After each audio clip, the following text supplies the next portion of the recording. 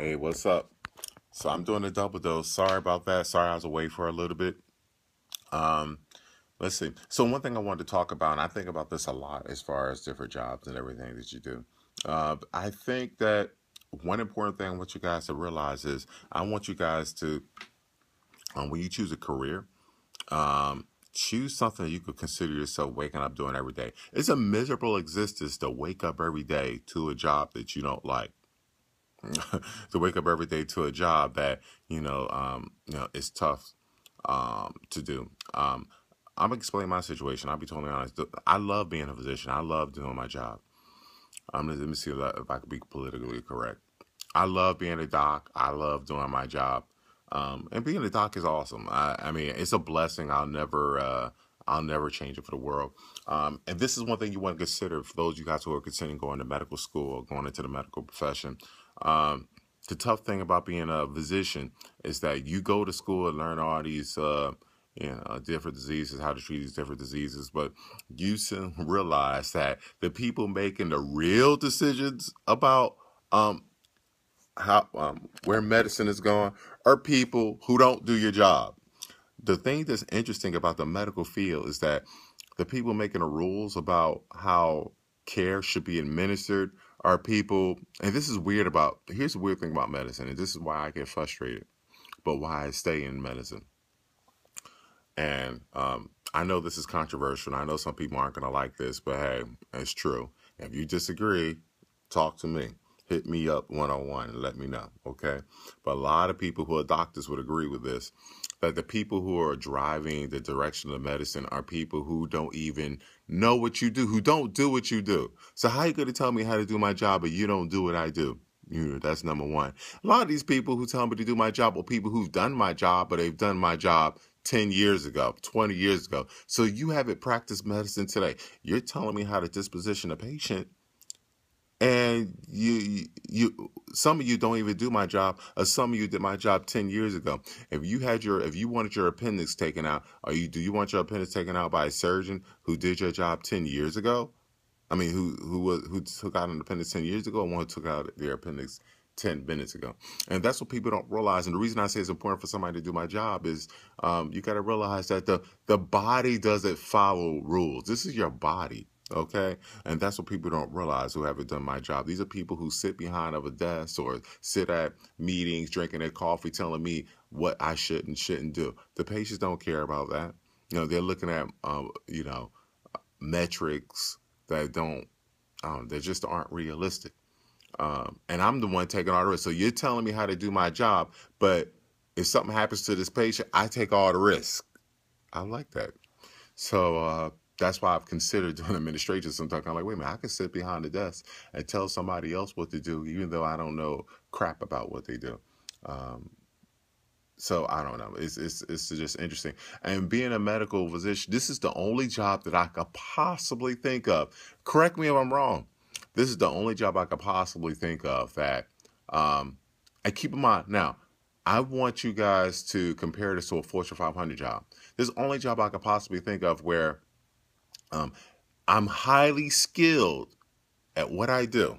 Think about MBAs; they're highly skilled at what they do. Um, and all these people who are corporate executives and who work on Wall Street. We're both highly skilled at what we do. What we do, there's a lot at stake. So you have people who have MDs, and you have people who have MBAs and PhDs on Wall Street, other masters, and so I'm highly degreed, just like people on Wall Street, highly skilled at what I do, just like people on Wall Street and these corporate 500 companies. Um, there's a lot at stake, life and death. Similar to people on Wall Street, there's billions of dollars, millions of dollars at stake in a company. Um, so we both have that in common.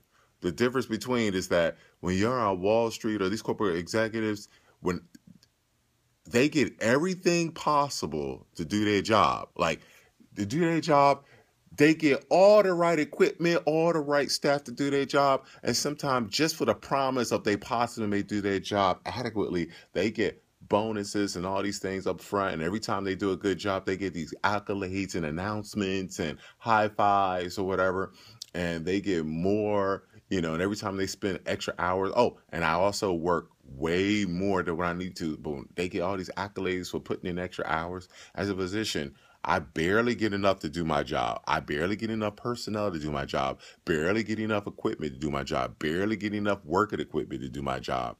I spend multiple free donated time to do my job. And we get no very, very few, if any, accolades. If we do one thing wrong, we hear about it. So, and that's the tough thing about being a physician. I have this very important job. I'm highly skilled. I'm highly degreed. I put in all these hours. If I was in a Fortune 500 company, I'll be making millions of dollars. But yeah, here I am as a doctor. I do all these things, and I still get less, less, and less. And all you hear, especially from certain groups of people, and I'm not going to say because I don't want to put, is, oh, what? You didn't do this. You didn't do that. You didn't praise me for the 2 hours of overtime I've been putting in every single day for the past 15 days. That's 30 hours of overtime that you guys are getting for free, and I don't get any bonuses or accolades for that. So what keeps me coming back to medicine, despite the fact it sucks and there are people telling me what to do who don't do my job and who continuously don't give me enough to do my job, and they complain when I don't meet certain numbers, is the fact that I really do enjoy my patient interaction. I do feel like I'm called to do this stuff. And I do feel like with the rising cost of healthcare, and you have people who are making decisions based upon money, you need a person like me who's a patient advocate who's going to sit there with that patient, donate his or her time to that patient, and make sure the right thing is done. Who's going to fight for that patient? Who's going to tell people, you know what? I know things are short, but I'm going to do my best to make sure your experience in the emergency room is as positive as it can be. You know, I'm going to make sure I do every single test to figure out what's going on. I believe I was called to do this job, and I believe in the end, things are going to come full circle, and that, you know, I don't need to get manly praise. I don't need to get praise from here. I believe I'm doing God's work, and I believe God will see my heart and give me my due process when, you know, when it comes my time to be judged. And that's what I honestly believe. Is it frustrating? Yes. So if you want to go into medicine for money, don't go into medicine. You're not going to make the money that you should. Trust and believe. I honestly know if I put in, if I got the same type of, if I put the same energy into my education that I would have put into in a corporate 500 company, as far as getting an MBA or whatever, and put in the same hours in a corporate Fortune 500 company that I put into being a physician, and put in all extra overtime and attention to detail and sacrifice from family, missing family events because I couldn't get off on time, that I put into medicine, I would honestly know I'll be a multi-billionaire. I would honestly be a multi-billionaire. I can't tell you how many things I missed simply because, you know, I'm trying to walk out the door. Oh, Dr. Perry, can you do this procedure? I don't know how to do it, from another doctor. I will be a multi-billionaire, but I'm not. I'm not hungry, but I put in way more donated time than I should. Uh, but I feel like I was called to do this, and somebody needs to do it. And I don't mind being one of those people who's doing this job, just like the other jobs people do or don't do. And someone needs to do it. So I feel like I was called to do this job, but trust and believe the amount of time and energy and training and research I've done in this job. If I was any other job, I'll be a multi-billionaire. Please, I tell people my shift is usually over. I'm there. I'm usually at my jobs, any one of my jobs, anytime between 30 to 2 hours overtime every single day.